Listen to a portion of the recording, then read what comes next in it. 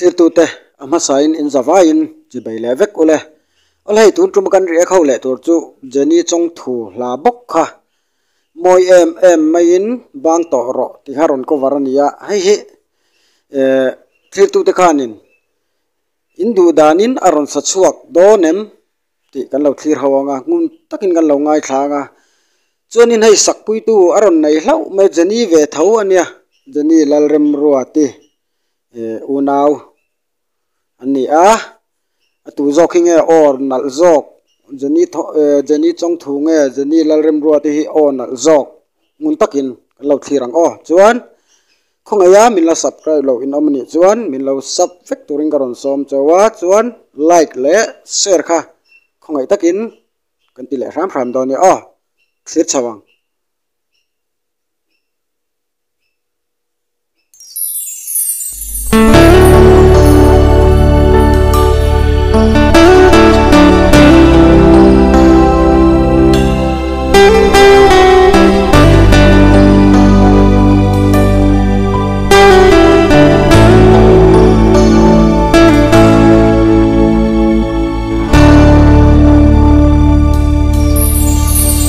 Trap xuống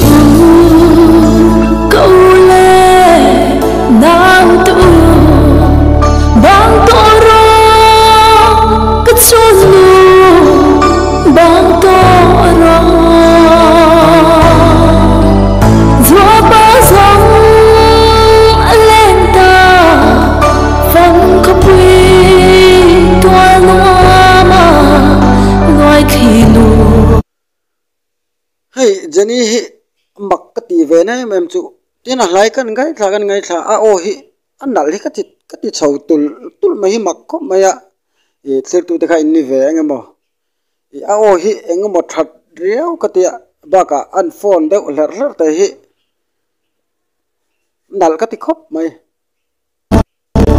ban sai re to ra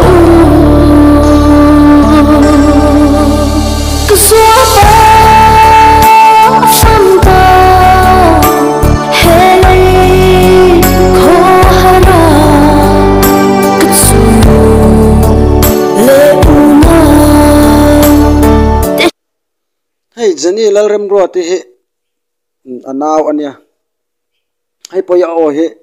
atha katia amaro chu engama chang hianin hei an la no pang mai ba ka o hi ron la no pan na lai to te hi ya ron lang le zeu hinga hrengun takhan lo ngai thachin ma ula ya amaro chu o hi ache ran lo atha kati